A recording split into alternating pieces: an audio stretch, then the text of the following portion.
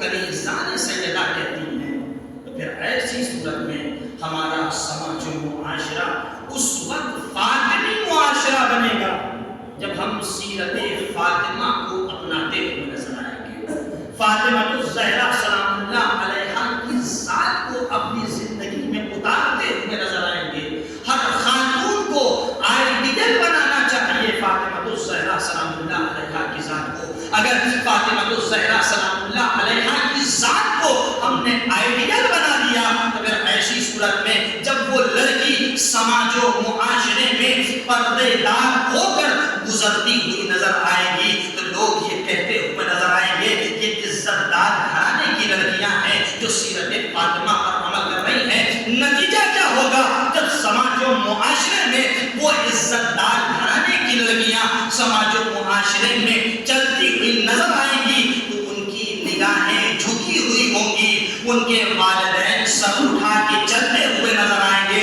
لیکن اگر سماج و معاشرے کی وہ خواتین سیرت فاطمہ کو اپنی اس دنیا میں آئیڈیل نہیں بناتی ہوئی نظر آئیں گی تو ایسی صورت میں نتیجہ یہ ہوگا کہ وہ بے پردہ ہوں گی۔ جب وہ سماج و معاشرے میں جب گزرتی ہوئی نظر آئیں گی تو ان کی نگاہیں اونچی ہوں گی، ان کے والدین سر جھکا کے چلتے ہوئے نظر آئیں گے۔ اگر اپنی لڑکیاں سماج و معاشرے میں اپنے والدین کو عزت دلانا چاہتی ہیں تو ضرورت اس بات کی ہے کہ با پردہ ہوتی ہوئی نظر آئیں، با حیا ہوتی ہوئی نظر آئیں۔ یہ با پردہ کب ہوں گی، با حیا کب ہوں گی؟ جب سیرت فاطمی کو اپنی زندگی میں اتارتی ہوئی نظر آئیں گی۔ اور جن خواتین کی زندگی میں سیرت فاطمی ہو جائے گا پھر ایسی صورت میں سماج فاطمی معاشرہ بنتا ہوا نظر آئے گا، ان کی دنیا بھی آباد ہو جائے گی، ان کی آخرت بھی آباد ہوتی ہوئی نظر آئے گی۔ ایک سلام محمد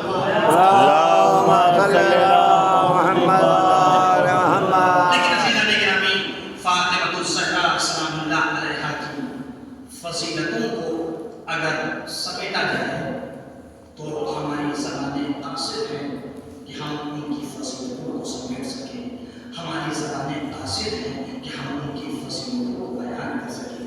عزیزان گرامی ذرا توجہ کریں، آپ غور و فکر کریں کہ فاطمہ الزہرا سلام اللہ علیہا کس ہستی کا نام ہے۔ فاطمہ الزہرا سلام اللہ علیہا فقط عورتوں کے لیے آئیڈیل نہیں ہے بلکہ مردوں کے لیے بھی آئیڈیل ہے۔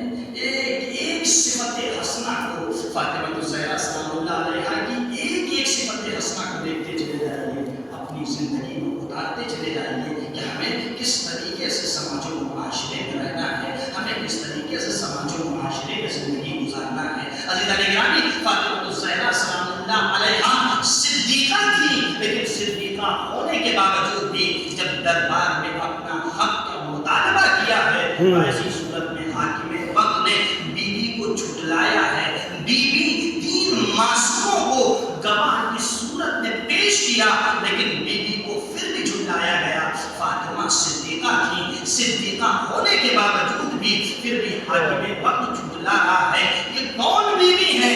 یہ وہی بیوی ہے جنہوں نے اپنے حق کا مطالبہ کرنے کے لیے دربار وقت میں 3 گھنٹہ کھڑی رہی، اور تنہا 3 گھنٹہ کھڑی نہ رہی بلکہ اپنے حق کا مطالبہ کرنے کے لیے حاکم وقت کے سامنے جب بابا کی تحریر کو پیش کیا تو جیسے ہی حاکم وقت نے بابا کی تحریر کو دیکھا، یہ تحریر کون سی تحریر تھی؟ یہ تحریر وہ تحریر تھی جس تحریر کو فاطمہ الزہرا سلام اللہ علیہا کبھی آنکھوں سے لگاتی تھی، کبھی اس کو اپنے سینے سے لگاتی تھی۔ کیوں؟ اس لیے کہ بابا نے فاطمہ کو فاطمہ تو بذات منی کہا ہے، یہ فاطمہ پارے جگر ہے۔ جب بابا کی تحریر سامنے آتی تھی فاطمہ فوراً اس تحریر کو اپنے سینے سے لگا دیتی تھی، لیکن ہم مظلومیت زہرا یہ ہے کہ حاکم وقت نے اسی تحریر کو فاطمہ الزہرا کے سامنے پارا پارا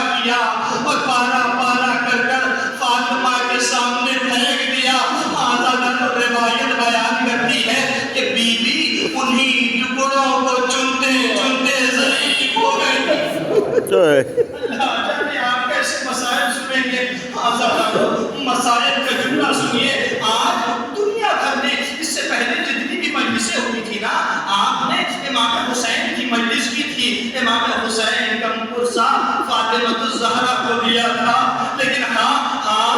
مجلس کا رنگ ہی بدلا ہوا ہے. آج فاطمہ کی مجلس ہے. ارے فاطمہ کی اس مجلس کا پرسا آئیے حسنین کو دیتے ہیں. فاطمہ کی اس مجلس کا پرسا آئیے زینب ام کلثوم کو دیتے ہیں. فاطمہ کی اس مجلس کا پرسا آئیے مکے امام کو دیتے ہیں. آزادہ روایت بیان کرتی ہے کہ ایک مرتبہ فاطمہ الزہرا ہے, ادھر رسول کی آنکھ بند ہوئی, ادھر زہرا نے مرثیہ پڑھا. سبحان علیہ مسائب لو انہا. اے بابا مجھ پر اتنی مصیبتیں کھائی گئی کہ اگر دن کے اجالے میں پڑھتی تو رات کی تاریکی میں سیاہ ہو جاتی. آزادارو مسائب یہیں پر ختم نہیں ہوئے. آزادارو مسائب سنو گے, جیسے ہی بی بی مسائب کے اس جملے کو پڑھ رہی تھی, ایک مرتبہ وہ وقت آیا کہ رسول کی آنکھ کا بند ہونا تھا کہ ظالموں نے آگ اور لکڑیاں لے کر درے زہرا پہ آ گئے. وہ فاطمہ کا گھر جس در پہ آ کر رسول سلام کیا کرتے تھے, ہائے وہ مسلمان کیسے مسلمان تھے. رسول کی آنکھ بند ہونے کے بعد ارے رسول کی اکلوتی بیٹی فاطمہ کے در پہ آ کر ان کے دیوار کو آگ لگانا شروع کیا. روایت کے فکرے ہیں ارے در کو آگ لگائی. تنہا مظلومیت اتنی نہیں تھی بلکہ اسی جلتے ہوئے دروازے کو مرہون نے اتنی زور سے دھکا دیا کہ جلتا ہوا دروازہ ارے بی بی کے پہلو میں گرا.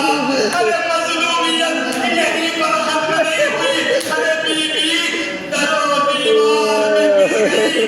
مظلومیت ختم نہیں ہوئی. روایت بیان کرتی ہے اسی جلتے ہوئے دروازے میں ایک نوکیلی کیل تھی.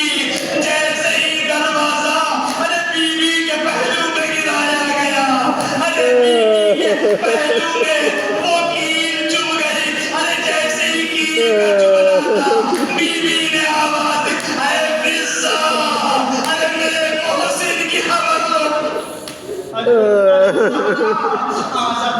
روایت کے فکرے ہیں, روایت بیان کرتی ہے کہ ایک مرتبہ وہ وقت قریب آیا جب بی بی نے ابوالحسن کو قریب بلایا.